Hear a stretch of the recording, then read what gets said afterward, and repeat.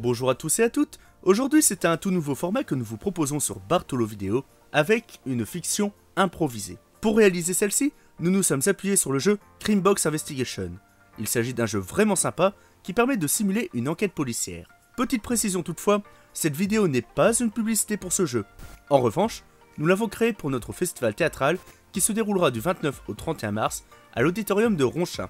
Ce festival sera l'occasion pour vous de venir mener l'enquête au cours des 4 spectacles que nous vous proposerons. Voilà, c'est tout pour cette introduction. Je vous laisse avec cette fiction improvisée en espérant que celle-ci vous plaira. Et comme d'habitude, si c'est le cas, n'oubliez pas de liker, de vous abonner, de partager la vidéo, etc. etc. Bon visionnage!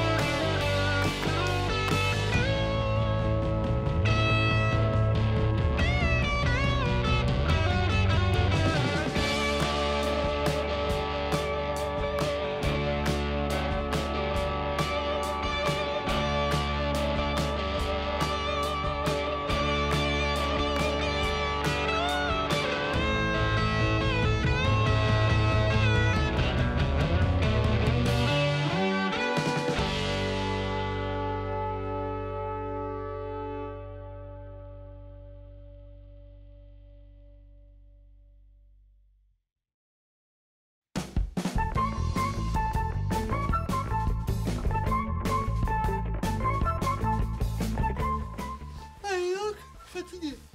Tu veux pas faire un week-end? T'as encore bossé toute la nuit, toi. Oh là là, bah ouais, bah qu'est-ce que Ah là là, l'interrogation des Bien. suspects. Bonjour messieurs. Bonjour Bonjour, capitaine. chef. Alors avant tout, je vous signale que nous avons une nouvelle recrue, un petit nouveau. Bonjour lieutenant Grosbec. Bonjour. Bonjour. Je vous demanderai de faire attention. Surtout vous Artigo, je sais que vous avez tendance à vous attirer des ennuis. Essayez de ne pas lui en attirer. Pas de ma faute s'ils sont pas compétents, hein. Bon, ça suffit. Nous avons une enquête sur les bras. Un mort, bien sûr. La victime, Peter Smith, 40 ans, journaliste. Un fou une merde de moins, vous me direz. Nous l'avons retrouvé dans la forêt, il était en tenue de gala. L'autopsie est formelle, la cause de la mort est une hémorragie cérébrale provoquée par un choc violent. Je compte sur vous pour faire la lumière sur cette affaire. Nous avons 3 suspects. Sarah Williams, 28 ans, infirmière. Emily Barlow, 38 ans, enseignante. Et Robert Brown, 52 ans, promoteur. Bien, je compte sur vous. Artigo, Oui, chef. vous allez fouiller les lieux de crime. Première chose à faire dans cette enquête. Folder, vous allez voir si vous trouvez des preuves chez la victime. Emmenez le petit nouveau avec vous. Ok, chef. Ça lui fera une expérience du terrain. Martine, Oui chef. vous allez me faire un café. Et après vous irez chercher des infos sur les suspects. Bien chef. Exécution. Allez-y. Bien chef, bien chef.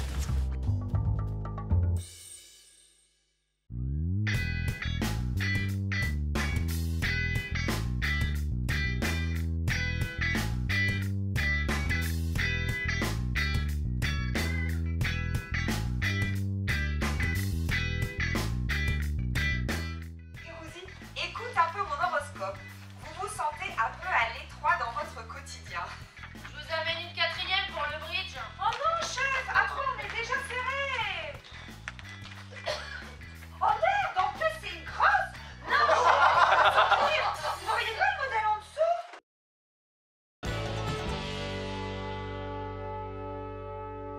Ah merci pour la bière, un folder c'était sympa. Ils auraient pu m'inviter, les mecs, hein.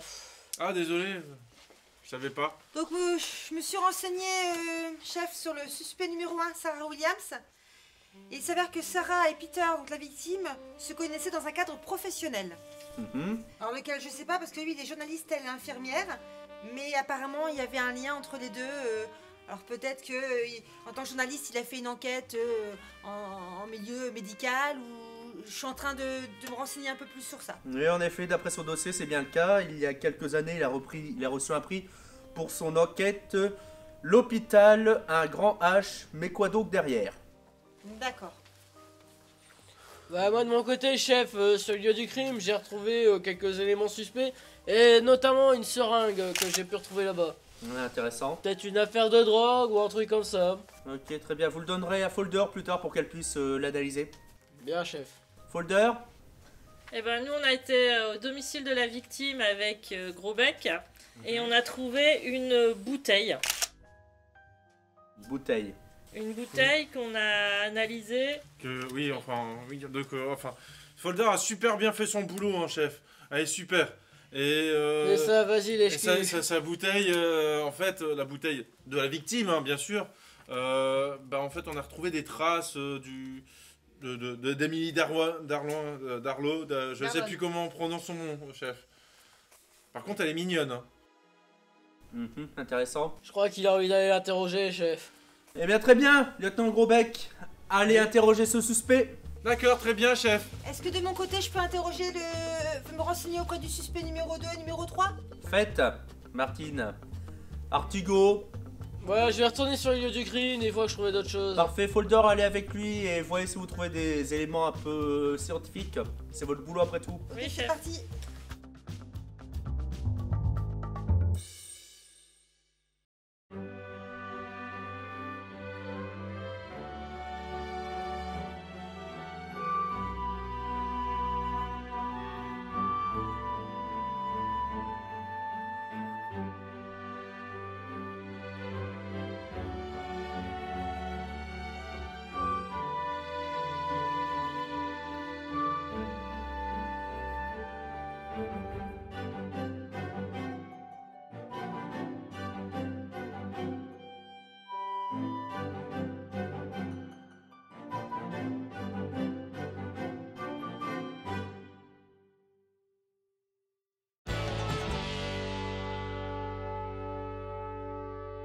Bien alors, coordonnez vos investigations.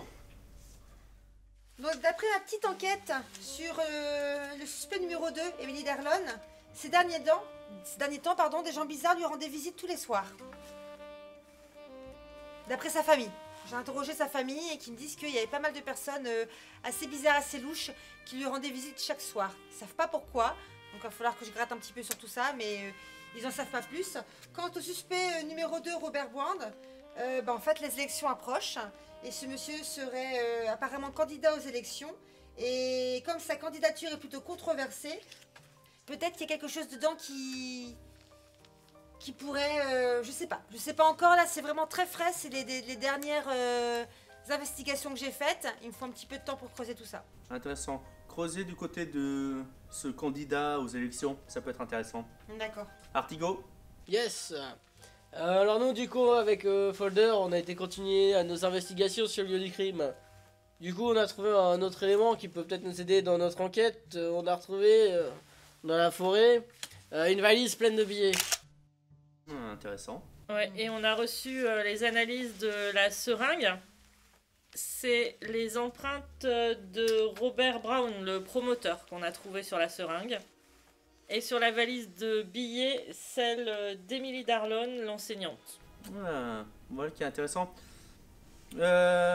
Artigo, Oui chef. vous allez continuer à fouiller ce genre de pistes. Folder, Oui. vous allez vous intéresser un petit peu à ces deux personnages, voir quels sont leurs liens. Ok. Comment deux objets leur appartenant peuvent se retrouver sur les lieux du crime. C'est intéressant. Oui, Grosbec. En allant voir cette charmante Émilie Darlot, très jolie d'ailleurs, j'ai découvert qu'elle avait un petit lien avec la victime. En fait, ils étaient amoureux l'un l'autre. Du coup, c'est mignon. dommage pour moi, mais voilà. Voilà qui est mignon. Enfin, tant mieux pour moi, mais tant pis pour la victime. T'inquiète, tu peux aller la consoler, je suis sûr qu'il y a moyen. Ne commencez pas à jouer au Cupidon, Artigo. Vous avez du boulot, vous devez à tout prix boucler cette affaire, c'est très important. Au boulot. Ok. Moi, je pars.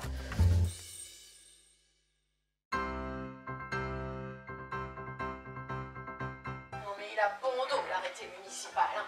C'est pas parce qu'on nous a demandé de reprendre les positions de nos pères et maris pendant leur absence qu'il faut aussi endosser leurs vices.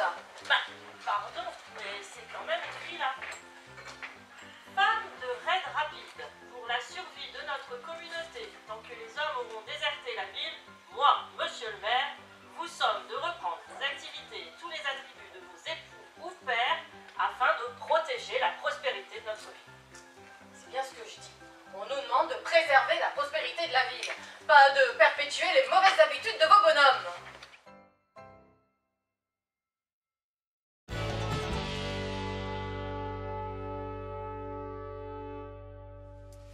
Bon, moi j'ai analysé les liens du coup entre Emily Darlow et Robert Brown. Et en fait ils se connaissent que depuis quelques jours tous les deux. Alors moi, capitaine, j'ai mené ma petite enquête concernant le promoteur Robert Brown. Et il s'avère que chez lui, j'ai retrouvé un fusil. Donc je me suis dit, peut-être que c'est le fusil qui a permis de tuer la victime, puisque c'est une hémorragie cérébrale provoquée par un choc violent. Donc peut-être un coup de fusil. Martine. Oui. Normalement, quand on parle d'un coup de fusil, on va plutôt retrouver une balle plutôt qu'un coup. Un coup de fusil. Ça dépend avec quoi c'est tiré, chef, parce que si c'était avec la crosse... Mais pourquoi elle rigole, Martine? Elle s'est pris un coup de quelque part? Non mais chef, vous inquiétez pas pour elle, hein, c'est juste qu'elle est un peu blonde sur les bords. Bien. Non, mais... Bon, moi sinon... Non mais un coup de fusil comme ça. Avec la Ah, crosse. oui, s'appelle d'accord, un très coup de bien, crosse. Martine. Un coup de crosse. avec Un le coup de fusil. crosse, oui. Martine, Oui. fouillez dans ce sens-là, allez voir si la victime faisait du hockey. Artigo? Oui, j'ai essayé de contacter nos équipes pour qu'ils aillent chez le suspect numéro 1, à savoir... je sais plus son nom, comment elle s'appelle déjà? Sarah Sarah. Ah oui, Williams. Sarah William. Eh bah, vous connaissez bien le dossier. Pardon? Vous connaissez bien le dossier. Oui, bah excusez-moi, hein, je peux pas être partout, chef. Hein. Elle est bien mignonne Ah, aussi, d'ailleurs, hein. Du coup, j'ai demandé à ce que nos équipes aillent la voir et ils ont trouvé des éléments un peu intéressants chez elle. Mais qu'ils ont retrouvé une arme à feu, un pistolet pour être précis. Ah, tout Je me dis peut-être un coup de crosse également, comme le coup de fusil. Peut-être ça a pu assommer la victime, mais bon, j'ai des doutes quand même, j'ai des doutes. J'ai essayé de approfondir de mon côté. Très bien. Folder? Quoi de nouveau? Bah, j'ai analysé le fusil qui a été retrouvé chez Robert Brown et... Vous avez été rapide. Ouais, super. Super Extrêmement rapide. rapide, franchement. Et, C'est pas la meilleure pour rien, chef. Hein. Ah, ça c'est vrai. et sur ce fusil, eh bien, tenez-vous bien, on a trouvé l'ADN de Sarah Williams, notre infirmière suspect numéro 1. Voilà qui est intéressant. Gros bec, quoi de neuf? Je sais pas, chef. Je sais pas ce que je devais faire, chef. Alors, j'ai été au bar reprendre une autre bière. Et voilà, chef. Gros bec! Santé, chef. Faites un peu attention. Mais chef, si vous voulez, l'infirmière, elle a l'air sympa. Si vous voulez, je vais mener mon enquête, chef. C'est ça. Allez, menez votre enquête. Tiens, emmenez Artigo avec vous. Quoi? Allez, viens, Oh Artigo. non, mais sérieux, chef. Bah, comme ça, je t'offre une bière. Allez, viens.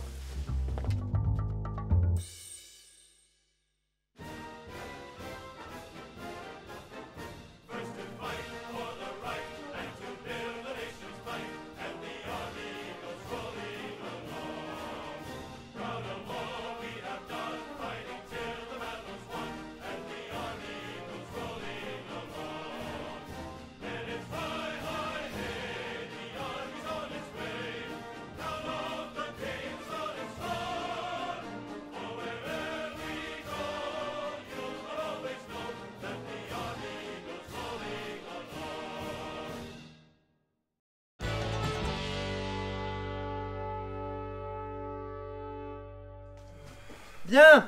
Artigo, gros bec, condamnez vos investigations. Vas-y, petit, je te laisse parler. En fait, elle est aussi mignonne que l'enseignante, chef, hein.